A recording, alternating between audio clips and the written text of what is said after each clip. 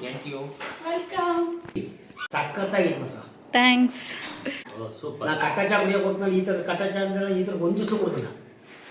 ಈ ಥರ ಇದು ಯಾರು ಮಾಡ್ತಾರೆ ಯಾಕೆ ತಿಂದು ಅಂತ.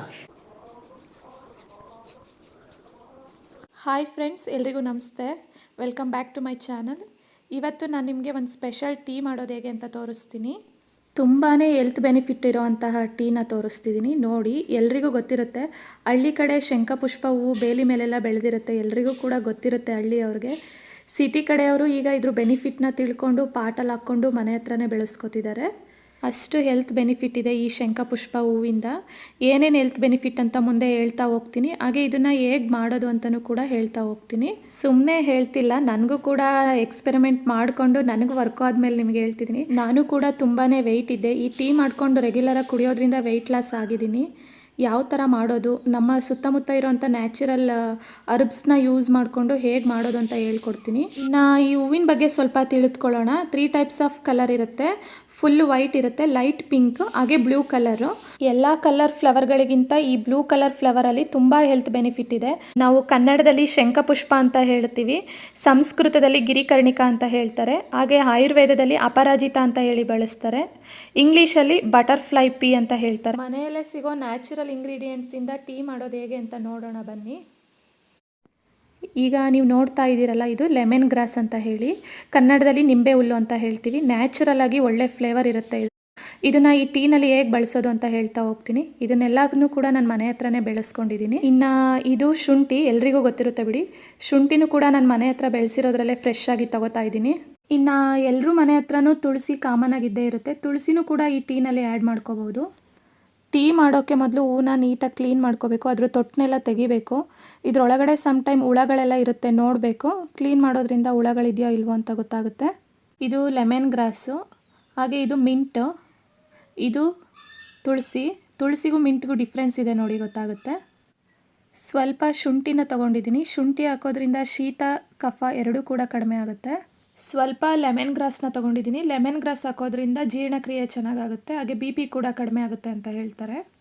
ಶಂಖಪುಷ್ಪ ಹೂನ ಹಾಗೆ ಟೀ ಮಾಡ್ಕೊಂಡು ಕುಡಿಯೋದ್ರಿಂದ ನ್ಯಾಚುರಲಾಗಿ ಕಲರ್ ಅಷ್ಟೇ ಫೀಲ್ ಮಾಡ್ಬೋದು, ಯಾವುದೇ ಫ್ಲೇವರ್ ಇರೋದಿಲ್ಲ. ಹಾಗೆ ಕುಡಿಯೋದಕ್ಕೆ ಸ್ವಲ್ಪ ಕಷ್ಟ ಅನ್ನಿಸ್ತವರು ಶುಂಠಿನ ಆ್ಯಡ್ ಮಾಡ್ಕೋಬೋದು. ತುಳಸಿ ಫ್ಲೇವರ್ ಇಷ್ಟಪಡೋರು ತುಳಸಿನ ಆ್ಯಡ್ ಮಾಡ್ಕೋಬೋದು, ಜೀರಿಗೆ ಆ್ಯಡ್ ಮಾಡ್ಕೋಬೋದು, ಏಲಕ್ಕಿನ ಆ್ಯಡ್ ಮಾಡ್ಕೋಬೋದು, ಲೆಮನ್ ಗ್ರಾಸ್ನ ಆ್ಯಡ್ ಮಾಡ್ಕೋಬೋದು. ಹೇಗೆ ಪ್ರಿಪೇರ್ ಮಾಡೋದು ಅಂತ ನೋಡೋಣ ಬನ್ನಿ. ನಾನು 2 ಲೋಟ ನೀರು ತಗೋತಾ ಇದ್ದೀನಿ. ಸ್ವೀಟಿಗೆ ನಾನು ಕಲ್ಸಕ್ಕರೆ ಬಳಸ್ತಾ ಇದ್ದೀನಿ. ಬೆಲ್ಲ ಇಷ್ಟಪಡೋರು ಬೆಲ್ಲನ ಬಳಸ್ಬೋದು, ಸಕ್ಕರೆ ಇಷ್ಟಪಡೋರು ಸಕ್ಕರೆನ ಬಳಸ್ಬೋದು. ಆದರೆ ಬೆಲ್ಲ ಬಳಸಿ ಕಷಾಯನ ಪ್ರಿಪೇರ್ ಮಾಡಿದ್ರೆ ಕಲರ್ ಫೀಲ್ ಮಾಡೋದಕ್ಕಾಗಲ್ಲ, ಕಲರೇ ಡಿಫ್ರೆಂಟಾಗಿ ಆಗುತ್ತೆ. ಈಗ ನಾನು ಲೆಮನ್ ಗ್ರಾಸ್ನ ಹಾಕ್ತಾ ಇದ್ದೀನಿ. ಮೊದಲೇ ಹಾಕಿ ಕುದಿಸೋದ್ರಿಂದ ಫ್ಲೇವರ್ ತುಂಬ ಚೆನ್ನಾಗಿ ಬರುತ್ತೆ. ಲೆಮನ್ ಗ್ರಾಸ್ ಇಲ್ಲಾಂದರೆ ನಾವು ತುಳಸಿನೂ ಕೂಡ ಆ್ಯಡ್ ಮಾಡ್ಕೋಬೋದು, ಅದು ಕೂಡ ಫ್ಲೇವರ್ ಚೆನ್ನಾಗಿರುತ್ತೆ. ಚೆನ್ನಾಗಿ ಕುದಿ ಬಂದಮೇಲೆ ಹೂವನ್ನ ಹಾಕಬೇಕು. ಹೂವು ಹಾಕಿದ್ಮೇಲೆ ಲೋ ಫ್ಲೇಮಲ್ಲಿ ಕಾಯಿಸಬೇಕು. ಲೋ ಫ್ಲೇಮಲ್ಲಿ ಕಾಯಿಸಿದರೆ ಕಲರ್ ಚೆನ್ನಾಗಿ ಬರುತ್ತೆ. ಒಂದು ಏಲಕ್ಕಿನ ಪುಡಿ ಮಾಡಿ ಹಾಕಿದ್ದೀನಿ ನೋಡಿ, ಕಲರ್ ಬಿಡ್ತಾ ಇದೆ, ಚೆನ್ನಾಗಿ ಕಲರ್ ಬಂದಿದೆ. ಫ್ಲೇಮಲ್ಲಿ ಹೂವು ಬಣ್ಣ ಬಿಡೋ ತನಕ ಕಾಯಿಸಬೇಕು, ಚೆನ್ನಾಗಿ ಕಲರ್ ಬರುತ್ತೆ. ನೋಡ್ತಾ ಇರ್ಬೋದು ನೀವು ಕಲರ್ ಎಷ್ಟು ಚೆನ್ನಾಗಿ ಬಂದಿದೆ ಅಂತ.